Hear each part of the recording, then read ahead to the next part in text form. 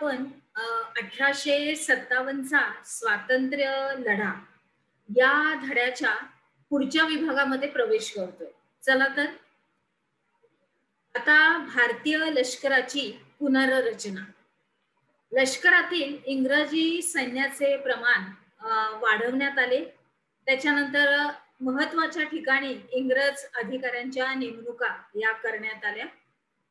त्याच्यानंतर तोफखाना हा पूर्णपणे इंग्रज अधिकाऱ्यांच्या ताब्यात ठेवण्यात आला आणि लष्करी तुकड्यांची जातवार विभागणी करण्यात आली.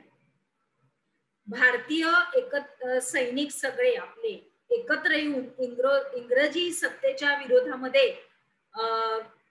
काही विरोध करणार तर नाहीत किंवा उठाव करणार नाही अशी सगळी काळजी घेण्यात आली. पुढे धोरणात्मक बदल.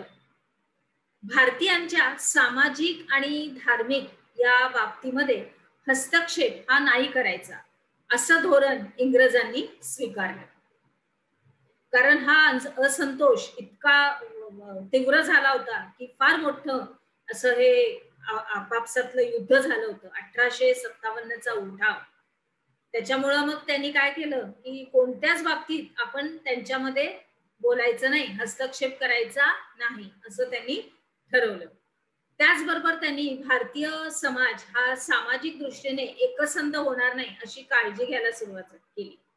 कारण जर भारतीय एकत्र आले तर असं पण त्यांना इथं राहणं अगदीच अवघड होणार होतं. म्हणून त्यांनी अशा रीतीने सगळी ही काळजी घ्यायला सुरुवात केली. धोरणं ठेवली त्यांनी ही, म्हणजे काहीतरी हेतू ठेवले.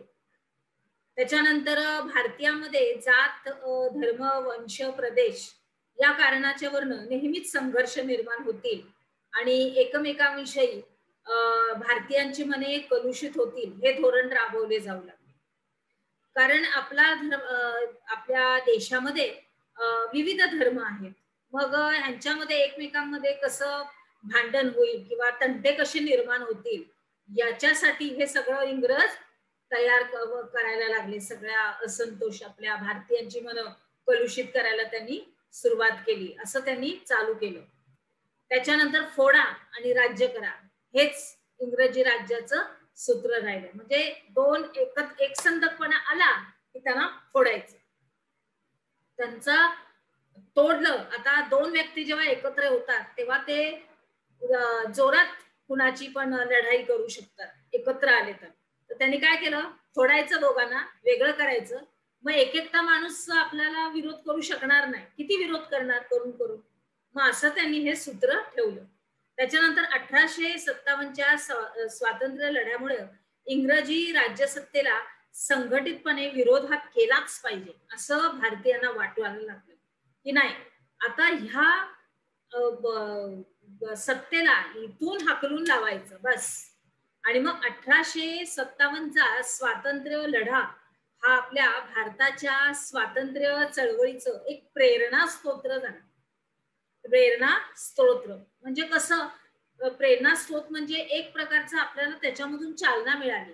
एकसंध आपण किती आपापसात भांडणं करू पण आपल्याला परकीय सत्ता ही नको आहे हे आपल्या लक्षात बरोबर आलं आणि आपण एकत्र येऊन जे लढा दिला होता अगदी जोरदार, आपण अयशस्वी पण झालो पण त्याचा परिणाम खूप झाला त्या इंग्रजी सत्तेवर.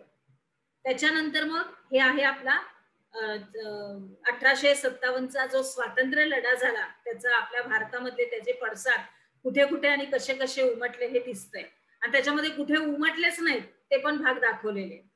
म्हणजे अशा रीतीने हा लढा तीव्रतेने लढला गेला. अर्थात पुढे आपण काय शिकलो, आपल्या पुढील प्रश्नांची थोडीशी तुम्हाला उत्तरं लिहायची. सगळं 1857 सालातलं अपयश का आलं, सामाजिक कारण कोणती, त्याचे परिणाम काय झाले आणि धोरणात्मक बदल कोणते केले.